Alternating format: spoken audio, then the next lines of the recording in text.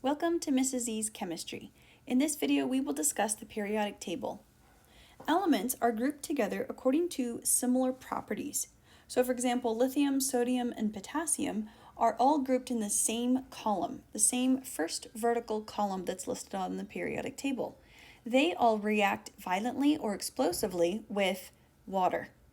These two scientists, Mendeleev and Mayer, they lived in the 1800s and they started grouping together all of the elements that they had discovered so far, that the scientists had discovered so far, into a periodic table that looked like this.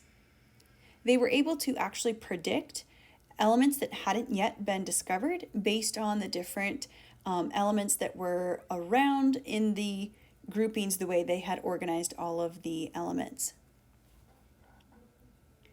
The elements are arranged in increasing atomic number, and the vertical columns are called groups or families. The horizontal rows are called periods, and there are 7 of them. The number in the upper left-hand corner, or sometimes on some periodic tables it's in the upper right-hand corner, this number is the atomic number, and that's the number of protons the element has.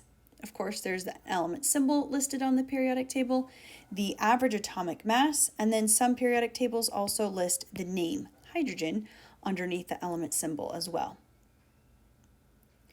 On this periodic table, we have them organized according to metals, metalloids, and nonmetals.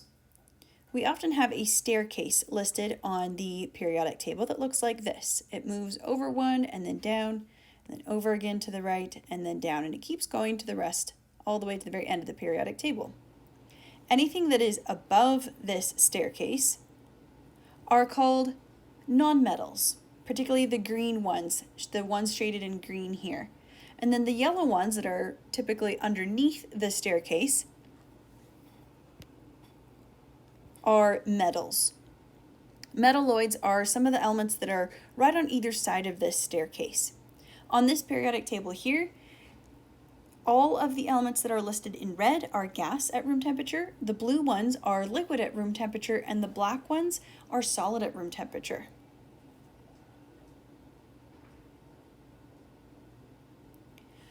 Here's another way to look at the periodic table. The first 2 columns, groups 1 and 2, as well as the last 6 columns, groups 13 through 18, these are called main group elements. And then the transition metals are these middle ones. The lanthanides and actinides are also considered transition metals, and they are not main group elements. A bunch of these columns have names, and you can write the name on your periodic table. The first column are called alkali metals, the second column alkaline earth metals. Then if you move over to the right-hand side of the periodic table, the far right-hand column are the noble gases, then the halogens, chalcogens, and pictogens. The middle group here, these are transition metals, and then the first of the 2 rows down below are called lanthanides. The second row is called actinides.